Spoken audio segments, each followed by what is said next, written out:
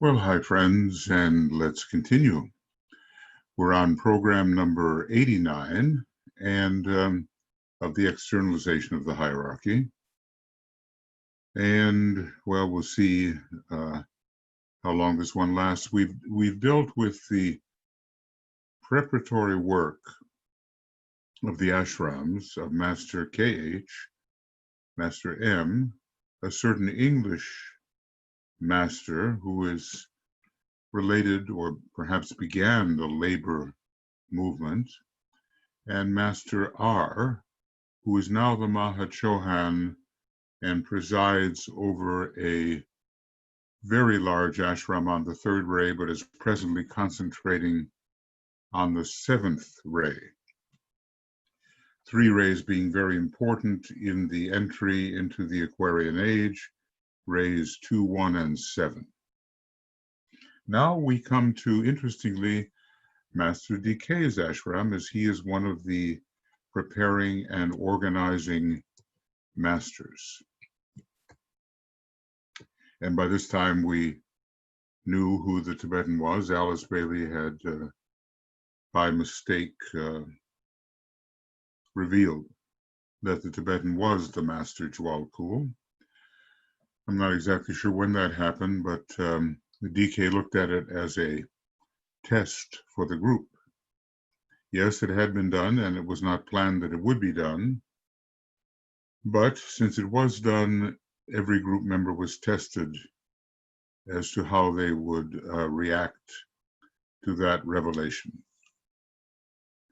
Now we come to the work which I, DK, a second ray master, am attempting to do. With what energies am I working? What is the goal towards which I am striving under the direction of the three great lords of the hierarchy, the Manu, the Mahachohan, and the Christ? I am working with the energy of right human relations, and this is a definite and integral part of the energy of the second ray.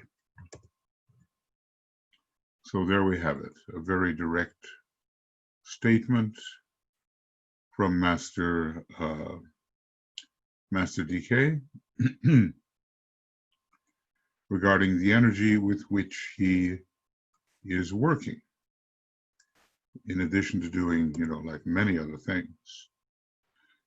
This amazing outpouring of information for which he has been responsible through the, 19 and a half books approximately that he wrote with Alice Bailey, and she a few on her own. So this is an integral part of the energy of the second ray. The great science of relations is, in a way, a second ray science, and to get it archetypally right is very important. And then they will be right human relations. It is a magnetic type of energy and draws men together for betterment and for right understanding. It is also related in a peculiar way to the energy of the first ray of will or power. He did say at some point that he has something of the first ray in his system on triadal levels. Perhaps this will be clearer to you if I point out that the will to good is an aspect of the ray of will, but that goodwill is an attribute of the second ray of love wisdom, thus relating that ray to the first ray. So Master DK, was responsible for starting the project called Men of Goodwill, or later World Goodwill. Okay. So I want to make this very big, that he is working with right human relations.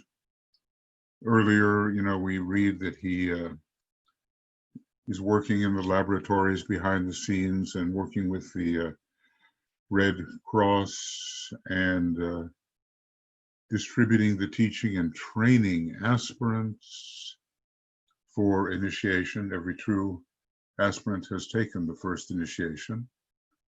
He tells us, I guess life just gets busier and busier for the masters of the wisdom. Sometimes we think we are overloaded in our duties and what we have undertaken, but it says nothing compared to the productive busyness. I want to avoid the pejorative there. The productive busyness of those within the hierarchy. There is no need for me to enlarge upon the work which I am doing in and through my ashram. You know it well, for I have frequently outlined it, and my books present the goal adequately for this generation. Now, a generation is more than, simply 20 or 25 years. It's not so much a physical generation as it is a psycho-mental, spiritual generation. And I can see Master DK's works being studied well beyond his offering for the next series of bridging treatises. I mean, we've all tried to absorb it, and we know that he has given so much that we can't possibly absorb it all. It's like a medicine for the second ray, absorb it all. All right. In this particular, though relatively short cycle, my ashram is in a key position. It is closely linked to the first ray ashram of the Master Morya through the work of men of goodwill and through all goodwill movements in the world at this time. Again, maybe we can see this, that here is Master DK, and there is the link, the red line, to Master Morya's ashram, and also to the Manu's ashram. And here's the link to Master Morya's ashram, not the link to Master Jupiter. The only link to Master Jupiter is along the first ray line and along the line of a certain second ray English master, interestingly enough. That's not the third ray master we've been discussing in relation to the labor movement. He would be under this particular green circle at some point in a subsidiary ashram. Well, all of these ashramic matters will appear clearer and clearer to us as we enter the position where such knowledge is relevant to the service we have to undertake. So in this particular, though relatively short cycle, I'm wondering what that is, maybe from 1875, perhaps.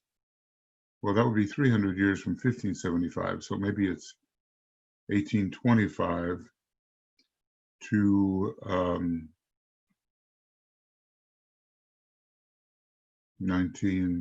75, 100. We have to add 250 years to what? Anyway, we're in the second 250 years of a second ray cycle. So I guess we're not sure, at least I am not, of what this relatively short cycle might be, except, DK has to bring the seed group project to fruition, and that will be completed by the year 2200. So the 2200 date is already going beyond 2075 when a 500-year cycle ends. It's about, in fact, 125 years after that ends. So anyway, we'll just let it go that it's a relatively short cycle until we have more proof of what it is or more confirmation. So we can see here, basically he's saying his ashram is connected with that of Master R. Goodwill is essentially the expression of the second ray and is therefore an aspect of all the ashrams in the great second ray ashram, the hierarchy. But all goodwill work is today being galvanized almost into violent activity through the dynamic energy of the first ray, expressing the will to good. So I'll put this here in the blue,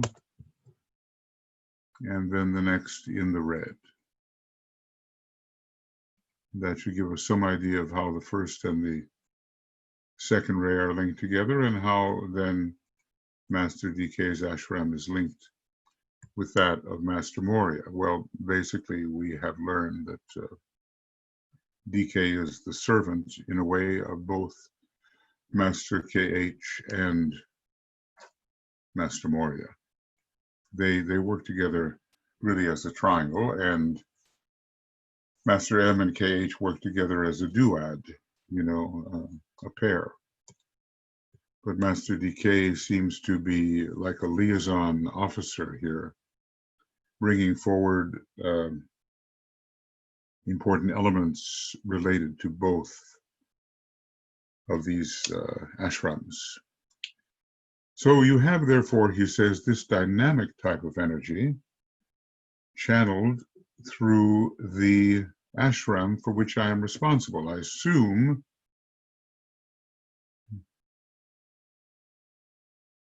he means here,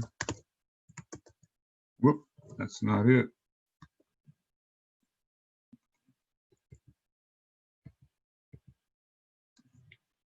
All right, I just have to get a bracket, right?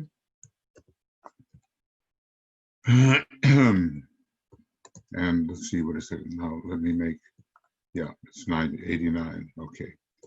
I assume he means the will to good. This ashram works also in close cooperation with that of Master R, because the intelligent activity of the energy of goodwill is our objective. So anything having to do with intelligence per se, we refer to the Mahachohan, the chief officer in the hierarchy, and that is now Master R. And its expression through intelligence applied with wisdom and with skill in action. Of course, Master R would have great capability of working with skill in action. So his ashram, DK's ashram, is related to that of Master R. Once again, let's take a look here. And I think we will see, here is DK's ashram, and a green line goes to the Mahachohan, to Master R, and of course up through and to the Christ, and to the Manu, and to Master Moria. So basically the three great lords and Master Moria and Master KH are receiving direct connection, or are providing a direct connection from or to Master DK's ashram, the lowest one down here. All right.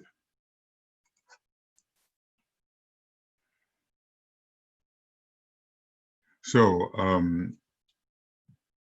the intelligent activity of the energy of goodwill is our objective. and its expression through intelligence, applied with wisdom, more a secondary factor, but really found in all the ashrams, and with skill in action. It's particularly a seventh ray approach, but all of the ashrams, again, can utilize skill in action, given their particular objective. All this is the task demanded of all men and women of goodwill throughout the world. Okay.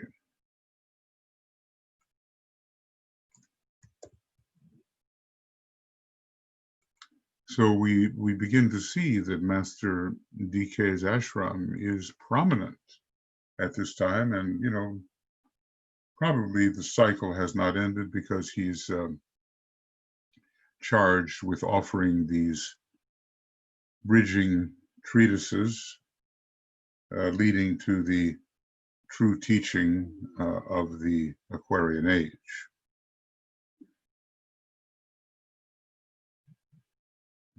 Yeah, okay. When the labor movement is swept by the energy of goodwill, basic changes in world affairs will take place. I would ask all workers for goodwill to attempt to reach labor in all countries with these ideas correctly presented. It doesn't necessarily mean occultly presented, because probably it wouldn't be understood by the majority of those in the labor category, but it can be wisely, skillfully, intelligently, appropriately presented to labor. And, on the basis of the labor movement, coming pretty much from members who have individualized on this chain, will come the foundation for the new civilization, and the excessive privilege and the excessive ignorance will both disappear. Of course, people have to overcome selfishness. It's somewhat a Martian trait, and it's hard to overcome if you are a dedicated egotist in the lower sense of the word, of course.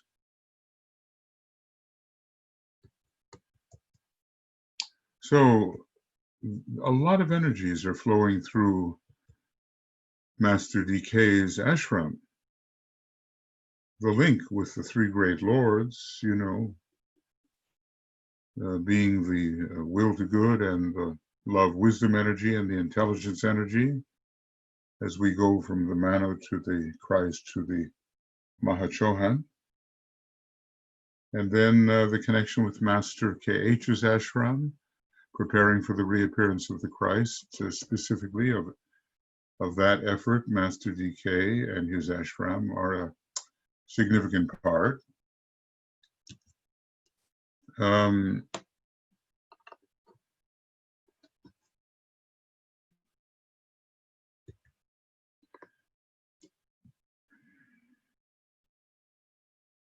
And further, we have the relationship with Master Moria.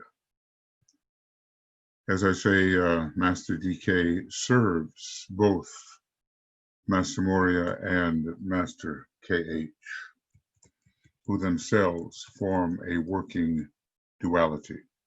So he says, DK says here, I have tried here to give you some idea of the synthesis of this hierarchical work for humanity, and thereby give to all men and women of goodwill the needed courage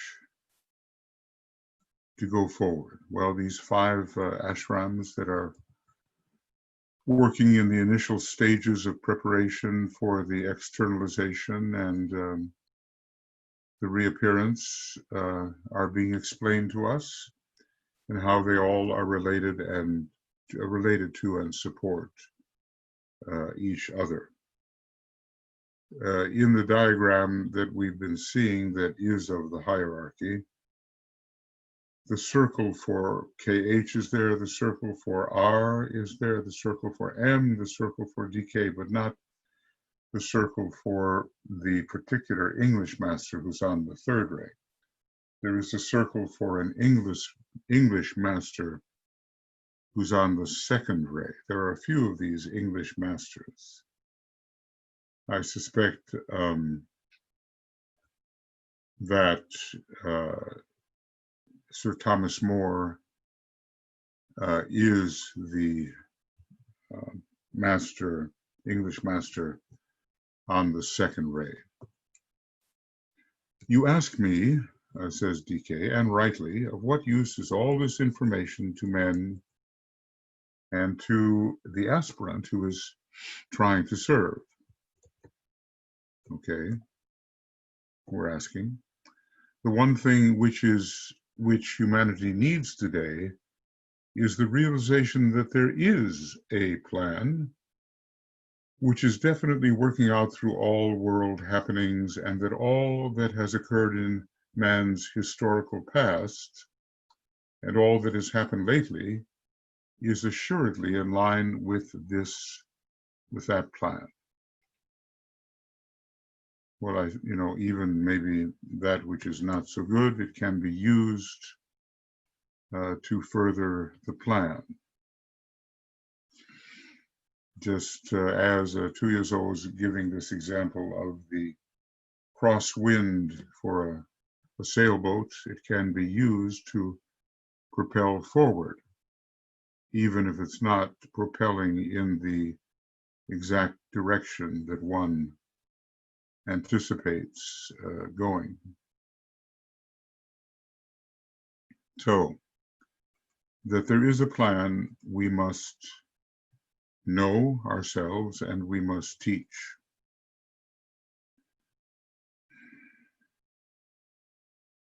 It doesn't mean that everyone we contact will be a student of occultism. There are ways to present this kind of information without going overboard with the occult descriptions, which are oftentimes difficult.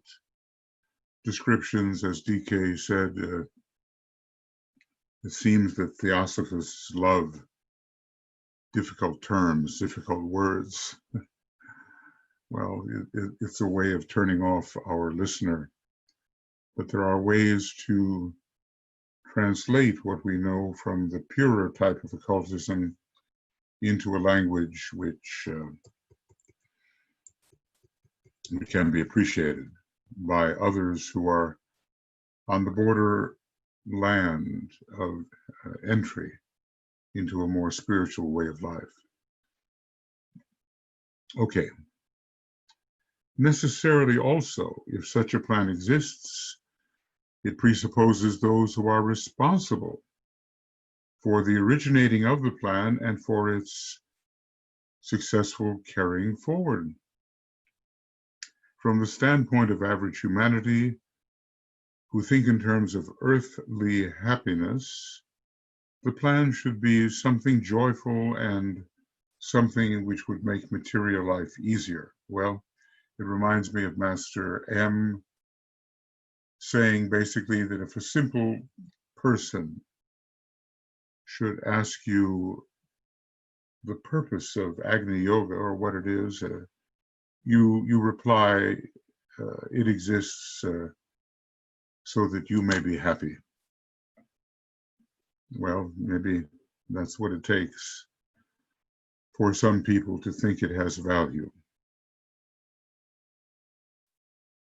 So the plan should be something joyful. We remember Master M's statement, it is a joy to do the Master's work, and something which would make material life easier, DK says.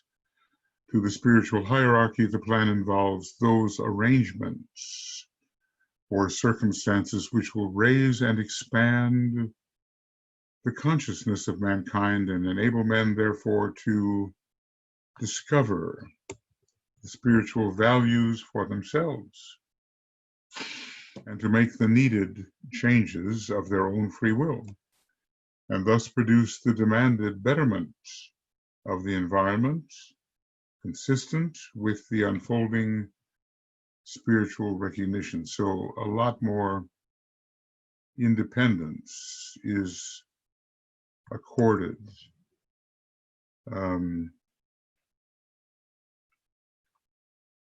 to the higher types of individuals.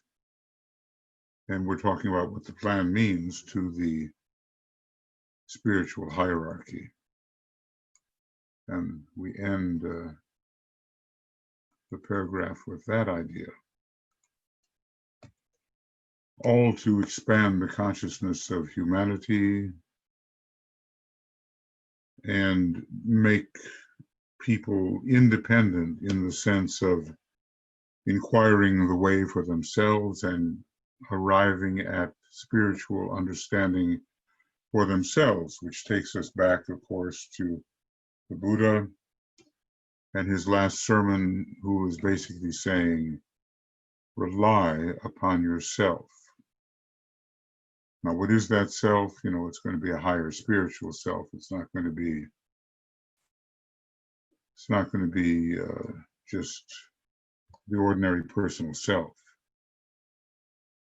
So if there is a plan, there are executors of the plan, and this points the way to the existence of those graduate human beings we call the members of the spiritual hierarchy, the society of organized and illumined minds. Maybe we can understand the reason for illumination, but the mind has also to be organized, and as Alice Bailey says, well stocked, so that one can access from it what is needed in any particular situation.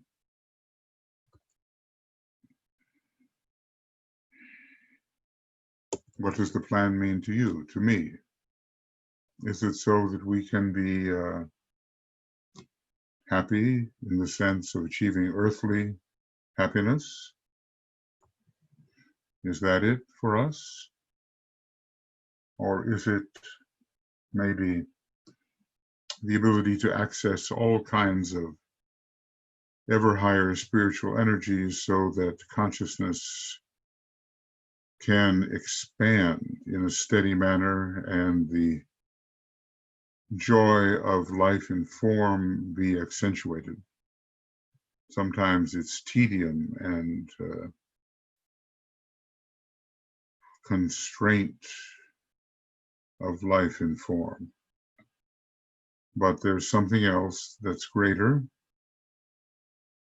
And when you are a truly high initiate, you don't look upon form as the impediment. It can be the instrument of expression through which you can continue to elevate your own consciousness and lift the consciousness of others.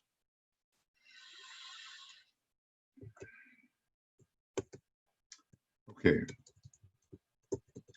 Nothing of true value is to be gained by any arbitrary or autocratic activity on the part of the spiritual hierarchy.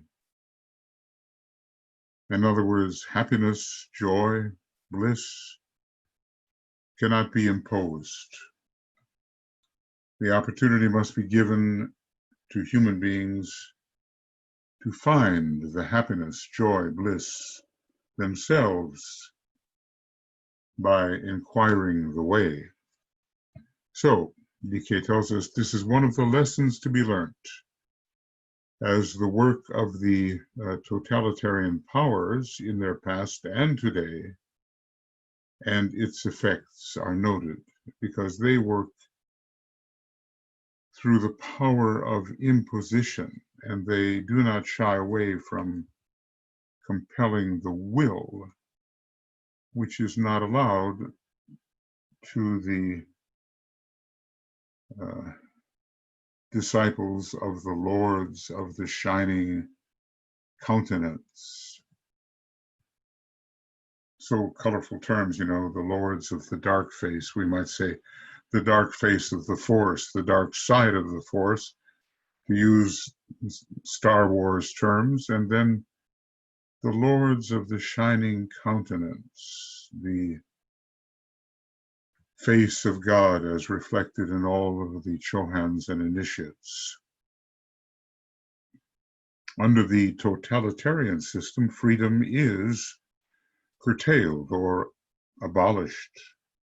The free will of the individual is denied and prevented expression. The individual is regarded as the appurtenance of the all-powerful state. He's rather nullified and held in that position by police regimentation. We've seen plenty of that in the United States recently.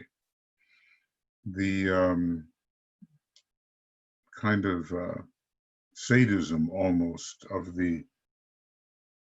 certain members of the police force who have not overcome the tendency to persecute those of a different skin color than they, although there are also the Hispanic and Black members of the force, and maybe they are less brutal in their persecution of those who are different from themselves, apparently. Individual development is of value only insofar as the interests of the state are served. It's a big abstraction that wipes out uniqueness and distinction among the constituent members of the state. As an independent divine unit of hierarchy, the individual, an independent divine unit of humanity, rather. The individual is non-existent, except as an appurtenance to the state.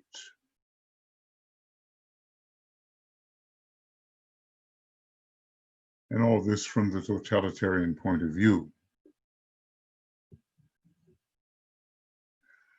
Would you therefore have the spiritual hierarchy of our planet work along totalitarian lines, enforcing peace and comfort, taking steps to arrest evil by force, and working for the material well-being of man rather than his spiritual well-being? Would you have that?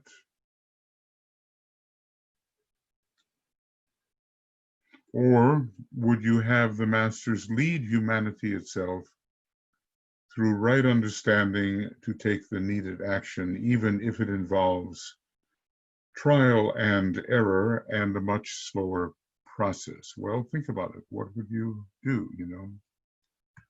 Does the all-triumphant Christ riding a white horse descend from the clouds? Or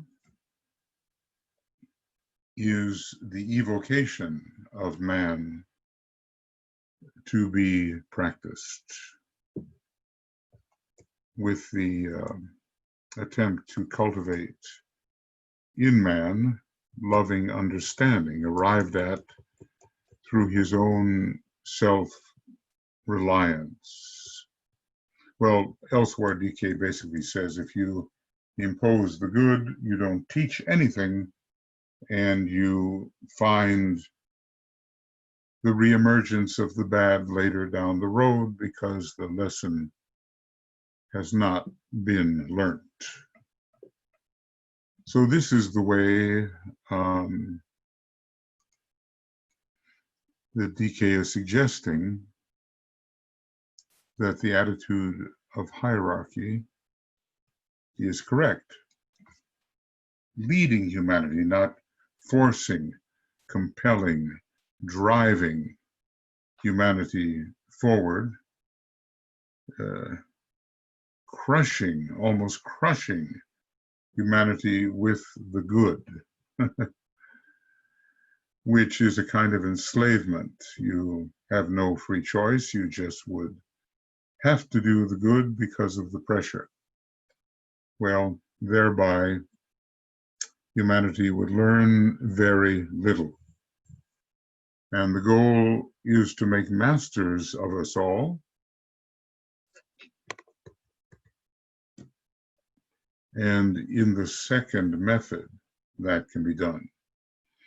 With totalitarian opposition, or, imposition rather, can't be done.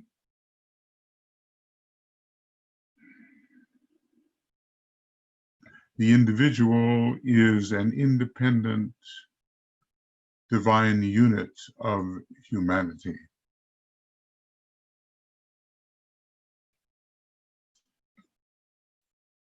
But that individual would be, under the totalitarian system, without will, without uniqueness, essentially non-existent. They have something in Australia called the tall poppy syndrome. If a flower, the poppy, grows too big and its head towers over other poppies, then you come along with a knife or a scythe and you chop it off, so that every member of society is standardized.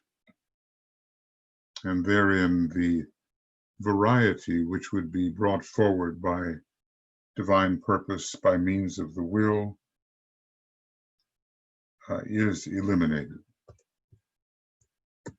So maybe we can say, yes, we would rather have it so that the masters lead humanity itself through right understanding to take the needed action, even if it involves trial and error and a much slower process. So DK continues with such questions. Would you have mankind standing on its own feet as intelligent agents of the divine plan, or would you have them treated as irresponsible children who must be energetically protected against themselves? Well, there are many people in power who think this way, and certainly the church thought this way.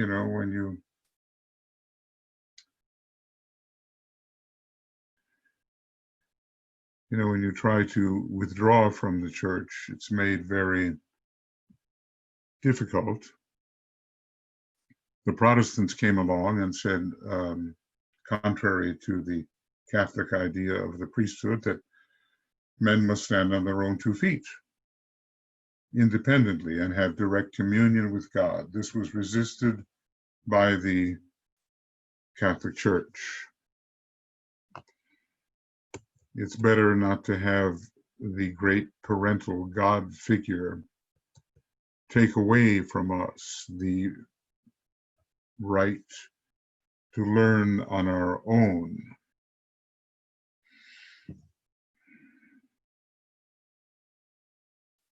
But we see it this way now, that leaders presume to tell others what they must do, and oftentimes the instruction is just based on personal preference and self-exaltation.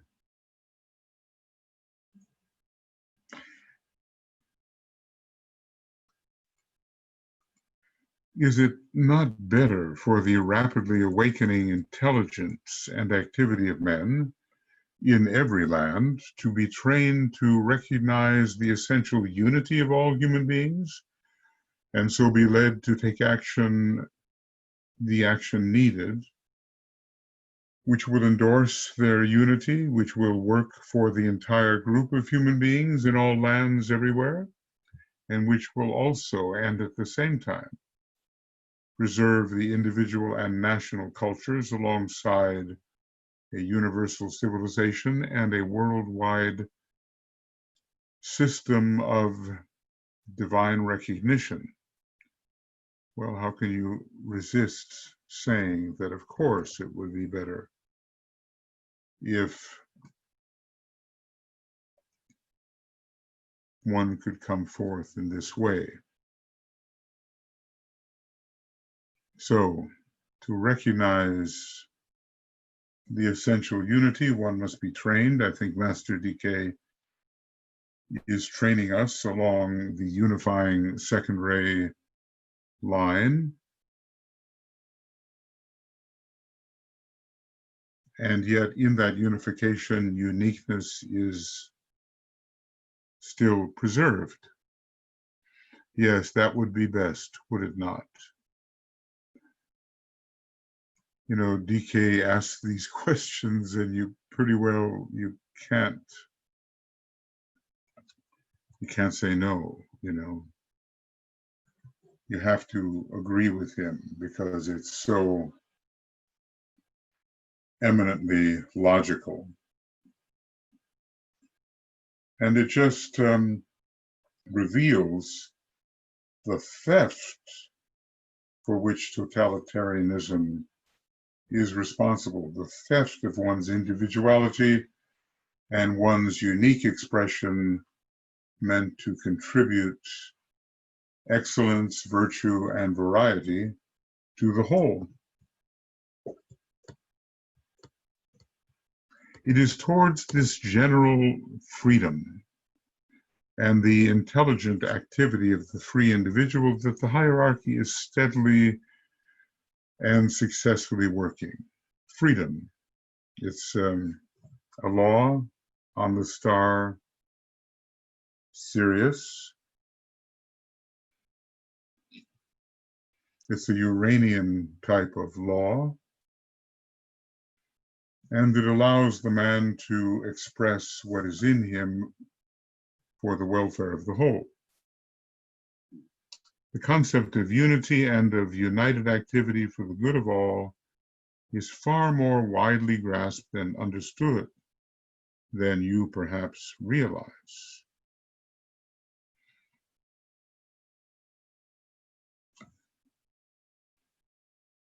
The totalitarian approach towards an imposed unity or standardization, and one which will include all peoples and bind them down to a uniformity of belief, politically, economically, and socially, and which will and does basically ignore the spiritual values, putting the state in the place of the divine, spiritual center, putting the state in the place of that divine spiritual center, where spiritual reality is to be found. So we're substituting here, unfortunately, the unreal for the real.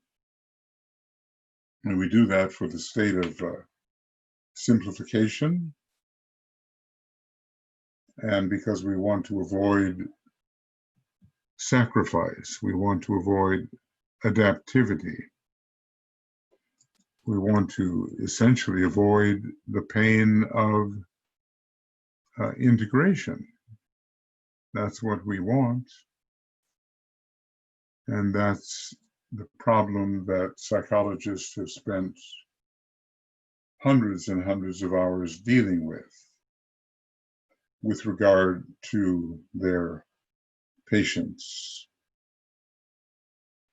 So much of the solution here is psychological. It's not just a question of right action.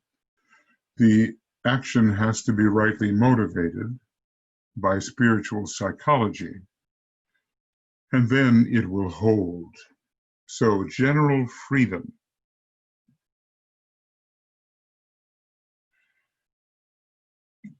Intelligent activity of the free individual.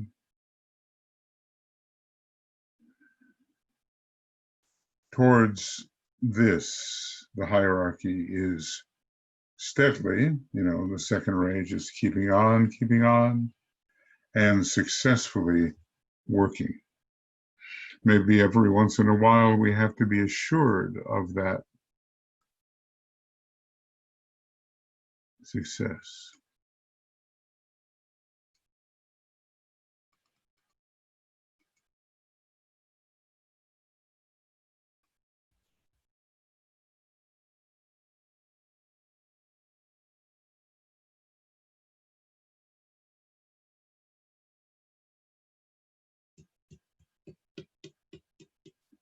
Well, if I appear to have fallen asleep, I did. Forgive me for going off into a related dream related to what I just said. But that's life, and I can't pretend that it doesn't happen as I try to plow ahead. So the totalitarian approach working towards an imposed unity and one that binds people into a dull uniformity of belief, whether politically, economically, or socially, and which does ignore spiritual values, does crush out the spirit in man and makes of him something of a robot, something of automaton. Now, on the other hand, the method of the hierarchy is to work through individuals and through groups for the production of such a widespread spiritual recognition that men everywhere will accept as factual the inner government of the planet and will work together for the founding of the kingdom of God, souls in action in the realm of personality, will work together for the founding of the kingdom of God in objective manifestation on earth and not in some distant time and some vague heaven. This is quite different from the totalitarian imposition. Quite different. Heaven, is a very confined locale and basically, in the way it's usually used, quite illusory. There is no mystical or impossible dream, but this is no mystical or impossible dream, but is simply the recognition and the externalization of that which has been forever present, which definitely took objective form when Christ was with us 2,000 years ago. He was bringing the kingdom of God to earth, and in what he did, he demonstrated the methods and the laws of the kingdom of God,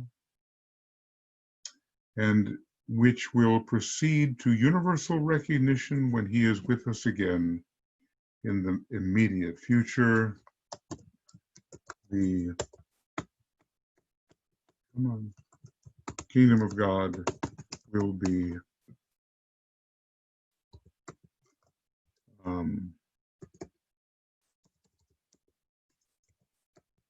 universally recognized.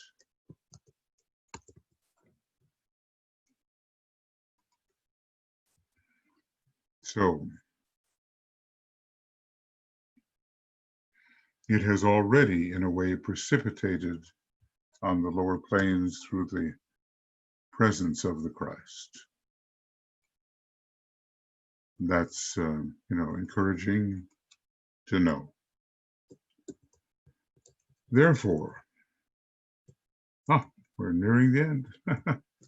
Therefore, all who work and struggle for the good of humanity and under the direction of the hierarchy, take heart and renew your courage.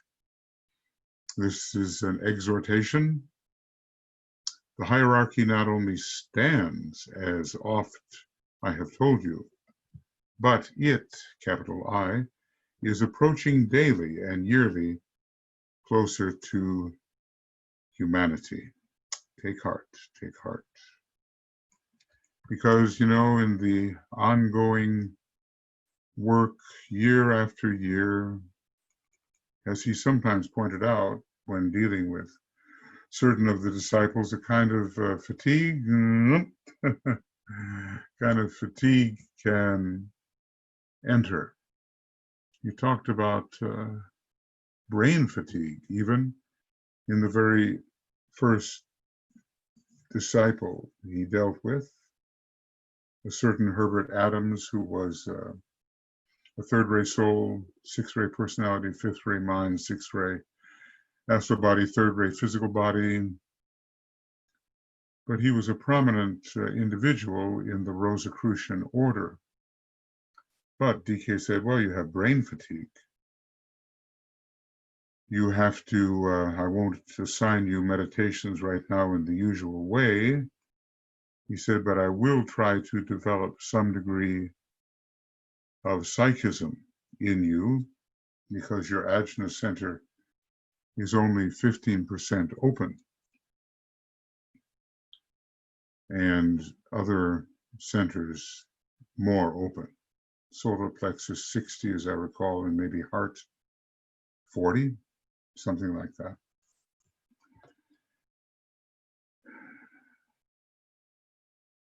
So take heart and renew your courage.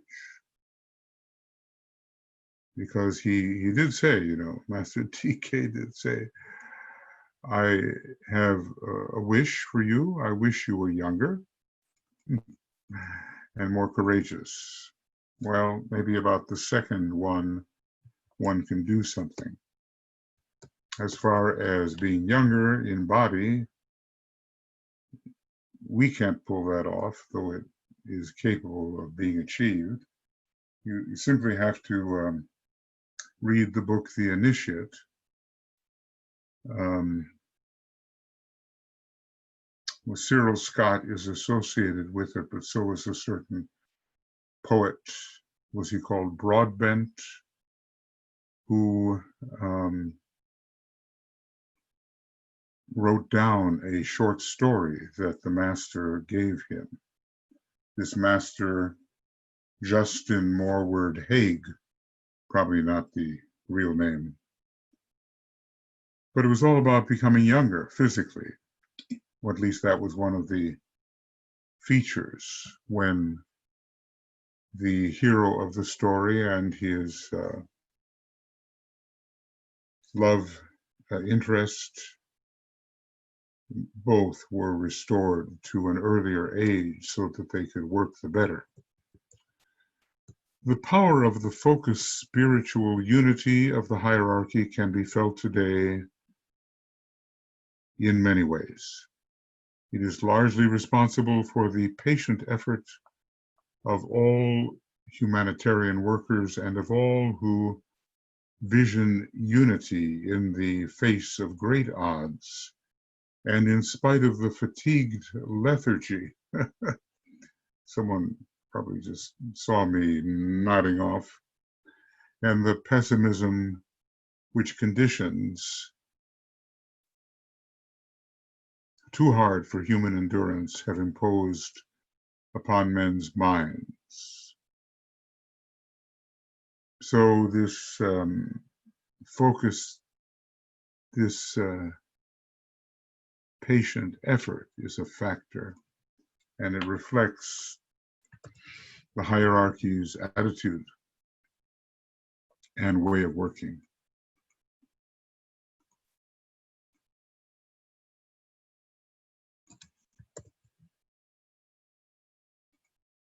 Well, I think many of us know what it means to persist over many years, knowing that we cannot possibly see in this incarnation the fruits of our labors, or at least the destined fruits of our labors, but we can feel it, he says.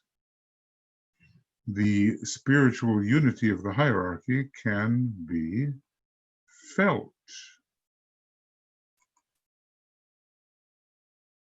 The focus, spiritual unity, can be felt. The hierarchy stands and works. The masters are working according to plan, a plan which is founded in the past history of the race and can there be traced, a plan which necessitated, because of human selfishness, the drastic horror of the war, 1914 to 45, a plan which today can and will bridge the gulf which now exists between the unsatisfactory, selfish, and material past and that new future which will demonstrate a large measure, not completely, but a large measure of world unity, and will steadily and with skill and action substitute the spiritual values for those which have hitherto held sway. So this is encouraging, and it is meant to encourage. The hierarchy stands, and the masters are working according to plan. And the plan is beneficent and will correct what has precipitated in the past and which has been so unsatisfactory. Selfishness is the thing to overcome, and as I've said, selfishness is misperception. The guarantee of this is the developing intelligence of men everywhere fighting blindly for freedom and for understanding, and receiving ever the inner assurance, knowledge, and aid of those, capital T, who, capital W, are working out, as always, those situations and conditions wherein mankind can best arrive at divine expression. So behind all of our efforts, causing our fatigue in the face of that which we know we cannot overcome at this time, stands the hierarchy, supporting, propelling, offering understanding, teaching, guidance, and basically helping us arrive at conditions which are more divine than the conditions in which we now live.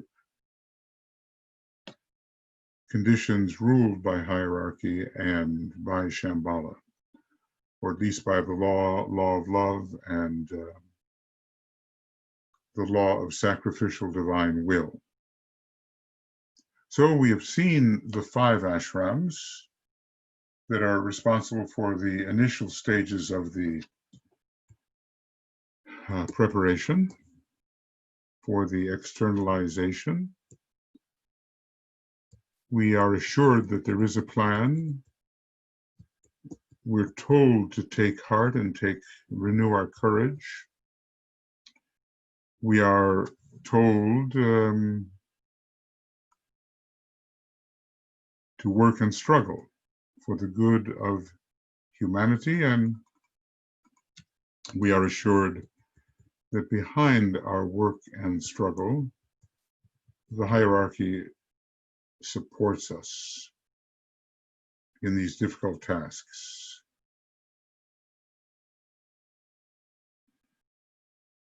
And it's very important that men everywhere will accept as factual the inner government of the planet and will work together for the founding of the kingdom of God on earth. Well, that factual acceptance will precede the reappearance of the Christ. And we'll read a little bit more about it as we learn about the establishing of the masters in the 5 planetary centers and their recognition as wise sources of guidance by those who have seen them prove their merit.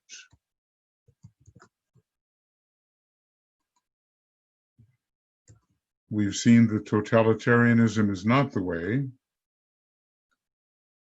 and you cannot impose unity.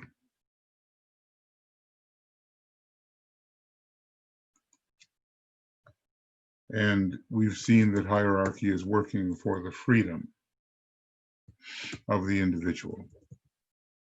We've been offered some questions of what we would prefer, that we be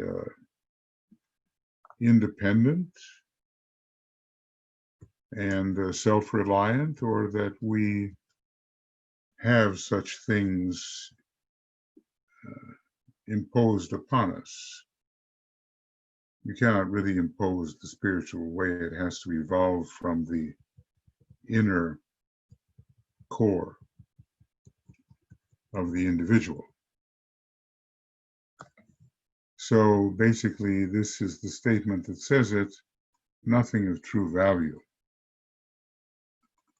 is to be gained by any arbitrary or autocratic activity on the part of the spiritual hierarchy. Experience speaks through Master Decay here.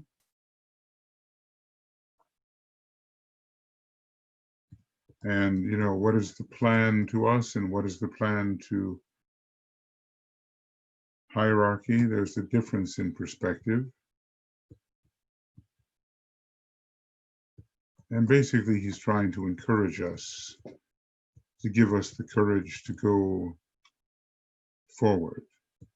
He's showing relations between the first and the second rays, and he's telling us something about his ashram working with the energy of right human relations. So we've been on page 669, and we're at page 673 now. And the next, you know, we're getting very close to the period of Alice Bailey's passing, just a few months away from that. So here we have 669 to 673. And the date is the 20th, and it's about an hour. Yes, just about an hour. So we will continue as we can, but I don't want to lower my head and enter the dream world as I did for a couple of moments there, hopefully for your amusement. But one must go forward even when one is asleep. It takes a bit to plow on, you know, and to read and to think about these things. And sometimes the natural fatigue of the body takes over, and of course you don't know it. You don't know that it's happening.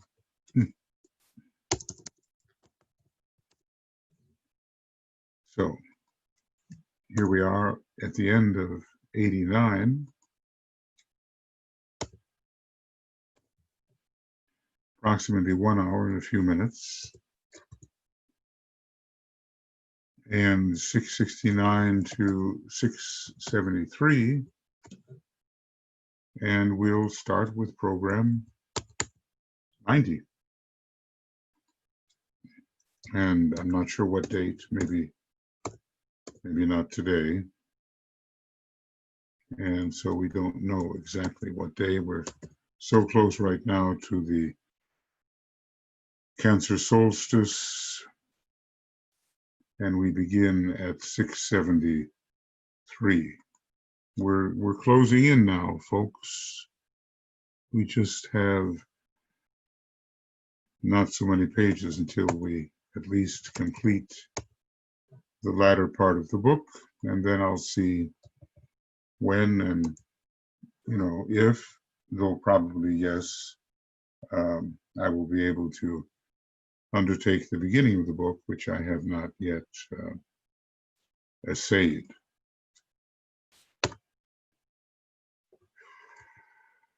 We'll begin a new section, the effects of the externalization. And if we went, all the way back to the beginning, we'd have, well, I don't even see it, frankly, because I've begun on page 60. So what I'll have to do is bring in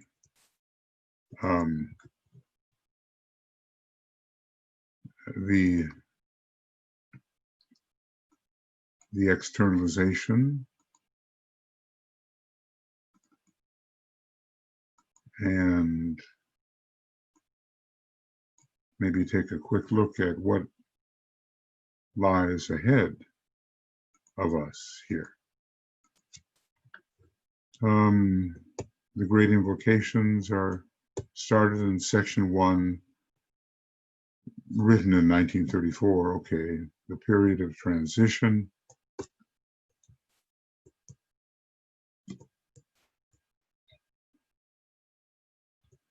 And the training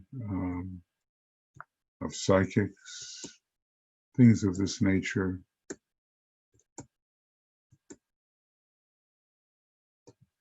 The esoteric schools and its disciplines, and that is always, to me, a very fascinating subject, being kind of academically inclined.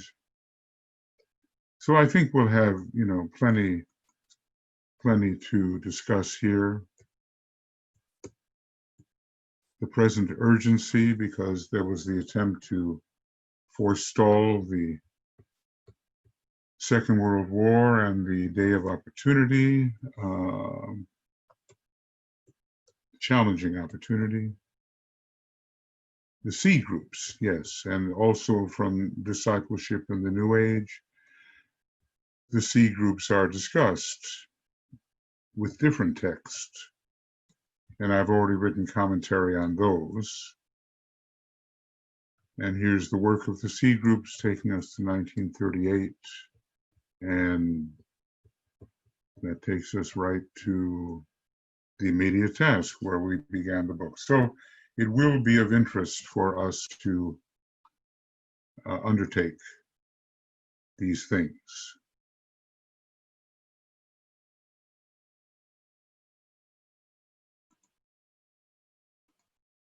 Yeah.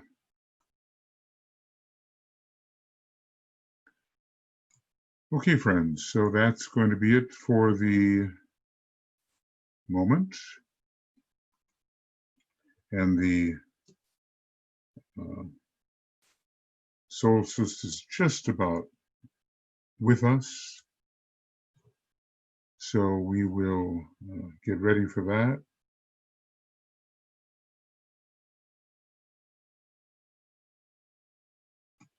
And go ahead when next it is possible with program number 90. There will be, I can see, over 100 programs, so definitely over 100 hours. And sometimes slightly longer programs and only rarely the shorter programs. So 90 comes next with the effects of the externalization.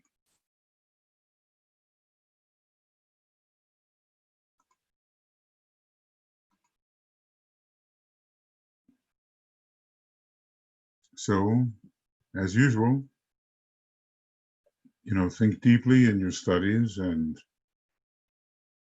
meditate deeply on things that perplex you or that deserve to be extended.